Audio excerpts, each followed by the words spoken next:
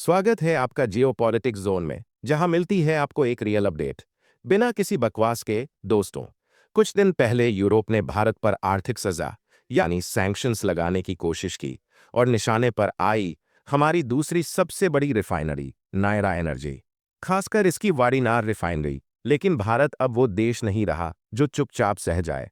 भारत ने पलटवार किया है और ऐसा जोरदार जवाब दिया है कि यूरोप हिल गया है और भारत ने दुनिया को बता दिया कि अब वह शांत रहने वालों में नहीं है।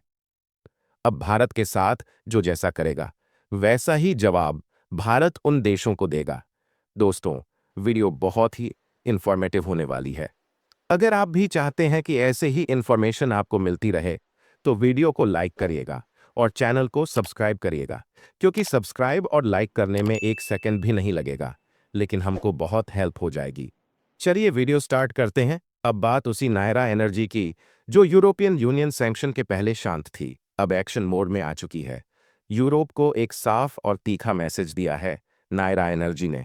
ईयू के सभी देशों से कहा है कि या तो पेमेंट एडवांस में दो या फिर लेटर ऑफ क्रेडिट दो, नहीं तो डील कैंसिल और सारा माल वापस अफ्रीका भेज देंगे। और इतना ही नहीं, जो एक्सपोर्ट टेंडर यूरोप के लिए था, उसे रद्द करके उसी प्रोडक्ट को मिडिल ईस्ट को बेच दिया गया, और वो भी प्रीमियम रेट पर। यानी अब यूरोप को भी समझ में आ गया है कि भारत अपना तेल अब दूसरे देश जैसे अफ्रीका, मिडिल ईस्ट को बेच देगा और उसे कोई रोक भी नहीं पाएगा।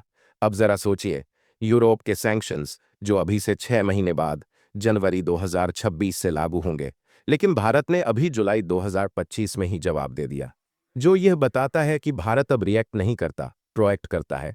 भारत अब सॉफ्ट नीति नहीं, बल्कि टिट फॉर टैट की नीति अपना रहा है। आपको बता दें कि यूरोपियन यूनियन ने 18 जुलाई को अपना 18वां सैंक्शंस पैकेज लॉन्च किया, जिसमें सीधे सीधे नायरा एनर्जी का नाम लिया गया। यूरोपियन यूनियन ने इसके पीछे की वजह बताई कि ये कंपनी रशियन ऑयल मेजर रॉजनेफ्ट से जुड़ी हुई है। यूरोपियन यूनियन ने कहा कि अब वह उन देशों से तेल की ट्रेड नहीं करेगा जो रूस से तेल आयात करके यूरोपियन को बेच रही हैं, जिसके जवाब में भारत ने इसे सीधे यूनिलैटरल और हिपोक्रिटिकल कहा और इन दोहरे मापदंडों को मानने से साफ इनकार कर दिया।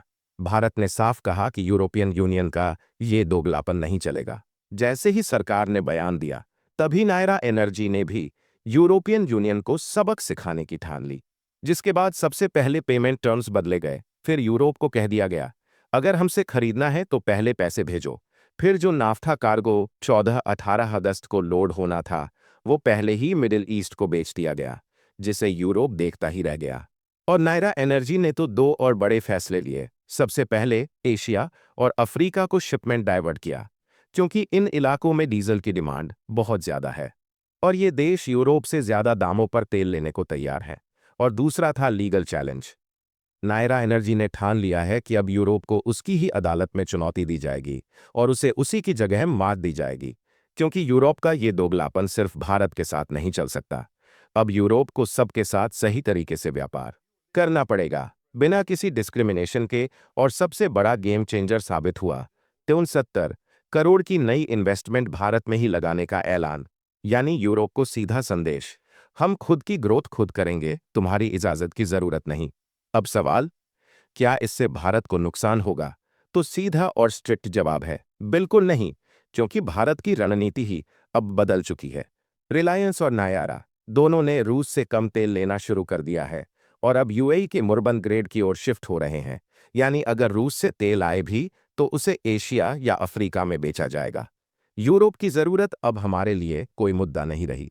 वहीं दूसरी बात सोचने वाली है, क्या इससे रूस को भी नुकसान होगा? तो जवाब है नहीं होगा, क्योंकि भारत रूस से डिस्काउंट पर तेल ले रहा है और अब वही तेल यूरोप के बजाय अन्य देशों को बेचा जा रहा है। तेल अब भी हो रही है, बस मार्केट और तरीका बदल गया है। सरकारी कंपनियां जैसे आईओसी, बीपीसीएल, एचपीसीएल पूरी तरह सेफ हैं, क्योंकि इनका फोकस घरेलू बाजार है। इन कंपनियों पर यूरोपियन सैंक्शंस का कोई असर नहीं होगा। अब बात करें जियोपॉलिटिक्स की, तो जब अमेरिका और यूरोप ने रूस को स्विफ्ट सिस्टम से बाहर किया, भारत और रूस ने रुपया रूबल ट्रेड शुरू कर दिया। बार्टर सिस्टम भी अपनाया गया। मतलब ये कि भारत अब डॉलर की गुलामी नहीं करता, अपनी शर्तों पर खेलता है।